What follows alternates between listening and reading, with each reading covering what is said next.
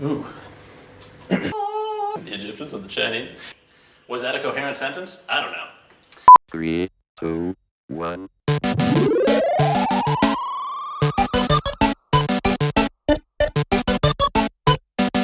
Wonderful! Hi there! Welcome to Beyond the Box with Ben. That's me. I'm Ben. Today we're going to be talking about ink. What is ink? Who is ink? And where is ink from? Ink originated in 2500 BC, which is roughly 4,500 years ago. That's a long time. It was invented by the Egyptians and the Chinese around the same time.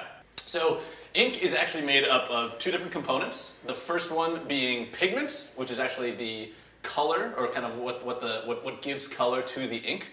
Back in the day, 2500 BC, this was carbon-based, so it was soot. So essentially, stoke a fire.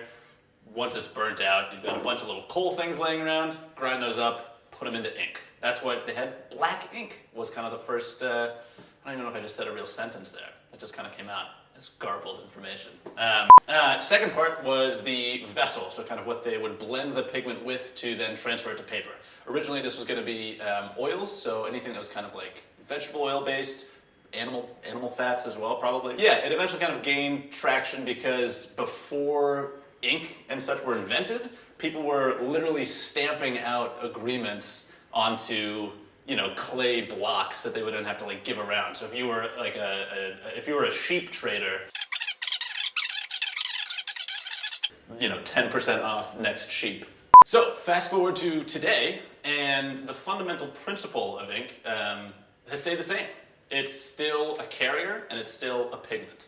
And those two components are what goes into printing today.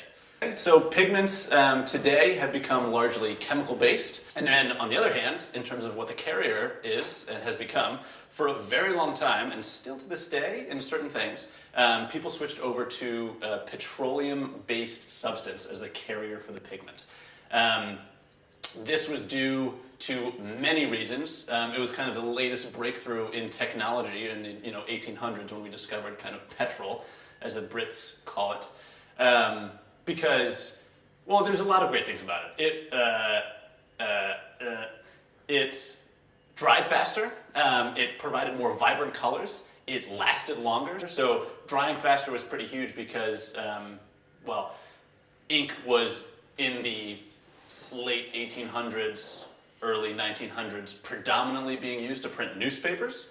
So the newspaper industry was really invested in being able to print things as quickly as possible. So a fast-drying ink meant you could print quicker and meant you could ship more copies of your newspaper, out to more people and spread the news about what was going on. Shameful.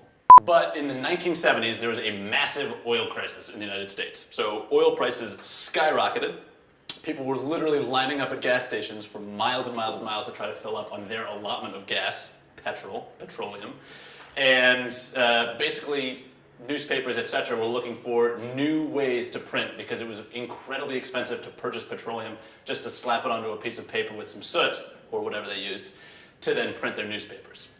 So that's when they started looking for alternatives and found, lo and behold, soy-based inks. Essentially what they discovered was that you can use soy oil as an alternative to the petroleum. And this was good for a lot of reasons. Number one for them was that it was a lot cheaper.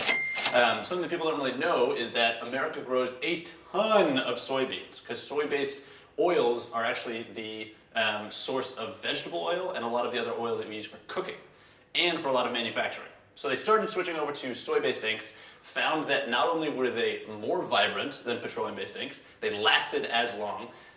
They were also actually easier on the machinery that they were using to print with. So one of the downsides of petroleum is that it's got all of these heavy metals in it. And they can't actually use those without degrading the machinery over time.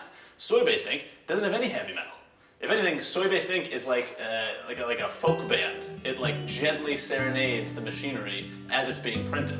The most important thing about soy-based inks versus petroleum-based inks is You hopefully guessed it by now. They are eco-friendly. They are so much more better, so much more better, so much better.